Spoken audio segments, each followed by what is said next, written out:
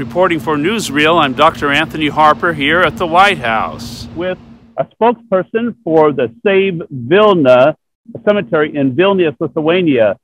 So please give our listeners or viewers your name and your role with Save Vilna.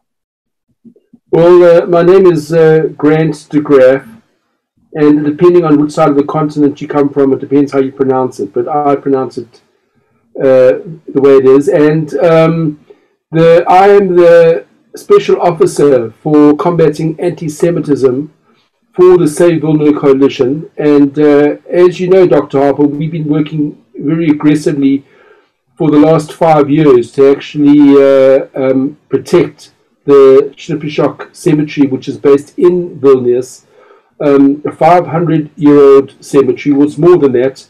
And the international Jewish community is very concerned about its future. Now, as you can appreciate, in 2015, there was a resolution which was passed in Seimas, the Seimas Parliament in Lithuania, which authorized the development, the construction of a conference center on the cemetery.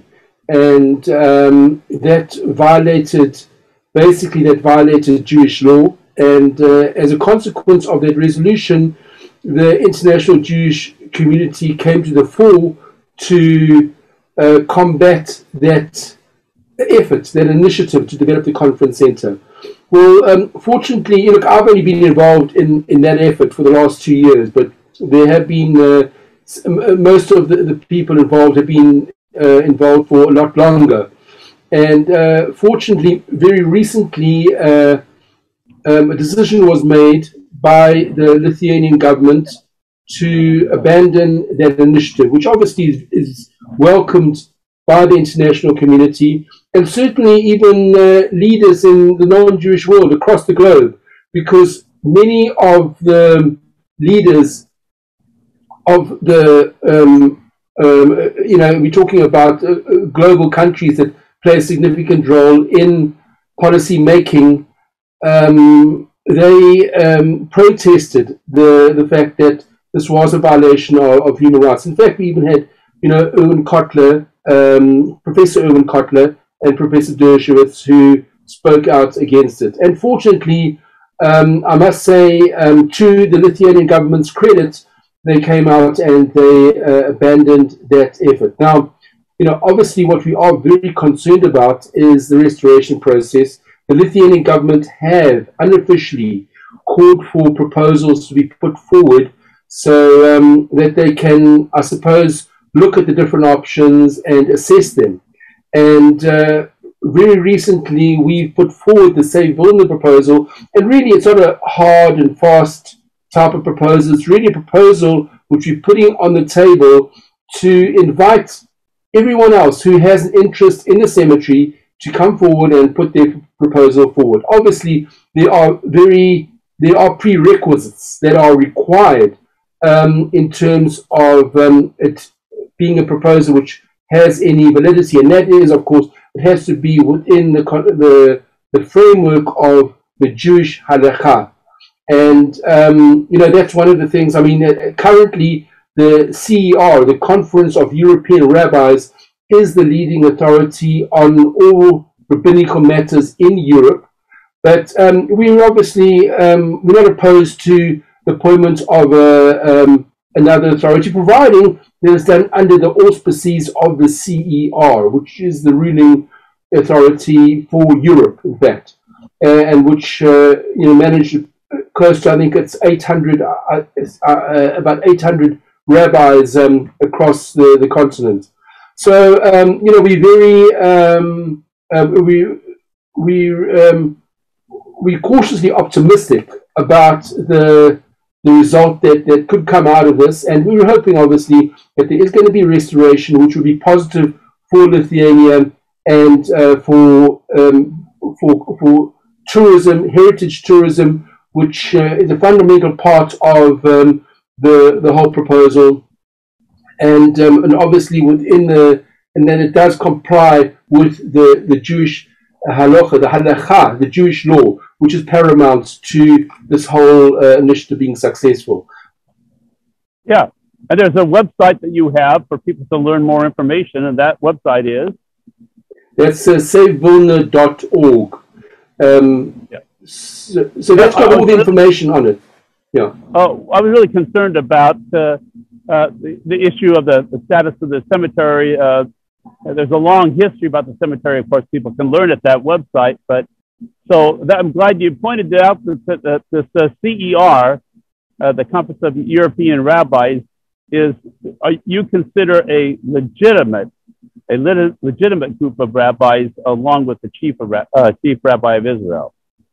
Yeah, well, the CR, they're the de facto rabbinical authority as far as Europe is concerned. And certainly there have been discussions in terms of appointing other rabbinical authorities. And look, I don't think there's any dispute or concern that, everyone's basically working together on this initiative.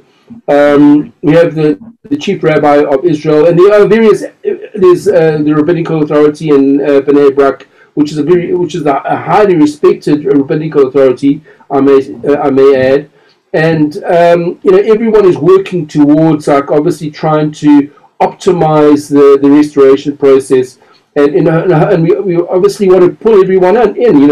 Everyone is welcome to throw their 2 cents worth into the hat, and we're welcoming all types of suggestions that it's very much a democratic process, and we'd like to hear comments from people across the globe and anyone who's involved with the Jewish community, in fact, and certainly in terms of the communities in Lithuania, we've had a very positive response, and we're hoping that that as things progress, that whole involvement in the restoration process will accelerate. So, okay. One point I do want to make. Overall, your desire for the cemetery, what do you want people to know? What you would want to happen to the cemetery? Well, we're looking at restoration of the mitzvahs, the memorial stones. According to the Klausner map, which actually Klausner was someone that was commissioned by Rabbi Chaim Oizer prior to the war, and he was commissioned to map out the existing graves. So there is an existing map of where all the graves actually lie. And in fact, as you know, there's over 50,000 people that were buried in the cemetery. But we have, at least I would say, I'm not really sure the number, but there could be, say, 200, 300 of what we know as factual memorial stones that existed, prior to the desecration, which just happened in about 2000, was 1970, but in 1971, in fact. That was when the Russians, the Soviets, during the Soviet occupation, they desecrated the cemetery, unfortunately. But, we're looking towards restoring it. We'd like to see it restored according to Jewish law and according to the framework of Jewish law. And we do also understand and appreciate that there is a call from the Lithuanian government to create a type of setting which is going to be positive towards, which will have educational and historical value. And we very much appreciate that, and certainly we're very much for that. But it has to be done within the framework of Jewish law. Then that's critical. What other Jewish cemeteries are being impacted around the world that you're aware of? Well, in the Ukraine, there are several cemeteries there that have been impacted. But look, I want to just clarify as well that restoration of Jewish cemeteries is not a new thing. I mean, there's historical precedents for restoring cemeteries recently in the last 10 years. And, they've had cemeteries being restored in India, in China, in, across the globe, in the United States, in Havana, in Cuba. So it's we're not just talking about Lithuania, really, it's across the globe. And we're hoping, of course, that this will be it has been viewed very, the decision to restore it, or that type of direction has been reviewed as very positive and certainly a step in the right direction. Well, for those who want to know more information, of course, savevilna.org, the latest update. Dr. Harper. Thank you for joining Unity to share the latest update about the cemetery. Any final comments you'd like to make to our audience? Any final comments you'd like to make to our audience? Yes, thank you very much. What I will say as well, that this cemetery, I think it's very important to understand and appreciate that this cemetery was the cemetery where the Vilna Gaon was originally buried. His whole family are still buried there in the cemetery. And, this is something which is very meaningful for Lithuania and to the international Jewish community as well. And so, we all take a very, for us, it's very, when I say us, I'm talking about the international Jewish community and, anyone that's involved towards restoration or protecting cemetery. We're very committed towards this goal. And, we're obviously cautiously confident that the Lithuanian government will work with us, with the international community, towards the restoration process, which will ultimately benefit the Lithuanian economy. The Lithuanian, of course, we have to get through the war. We hope there's not going to be any war in the Ukraine. But putting that aside, we're very confident, positive, that this will be a very positive development. So if the takeaway is, Dr. Harper, if I can say that, with everything going on, we're living in a world where, we're living in troubled times. But there is a positive note in this. There's a light at the end of the tunnel. That we see that, with restoration, according to the Jewish law, this will be an extremely positive contribution to Lithuania, to the Lithuanian people, to the European Union. And we're hoping that will be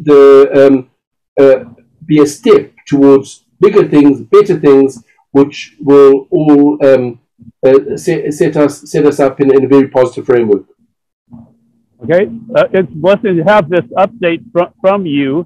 Very crucial issues. I've actually been reporting on about this issue about here at the White House, trying to get answers to that matter. And once again, savevilna.org, and thank you for joining us to give us this very crucial update.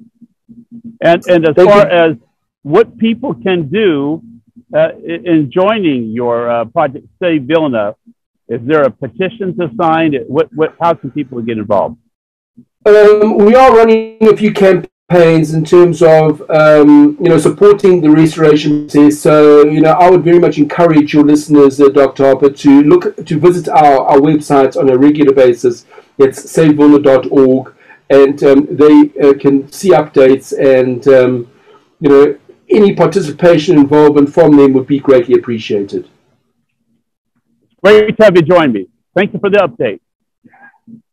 And thank you so much, Dr. Harper. Have a wonderful day. And wish you continued success in your endeavors. Thank you so much. Appreciate it.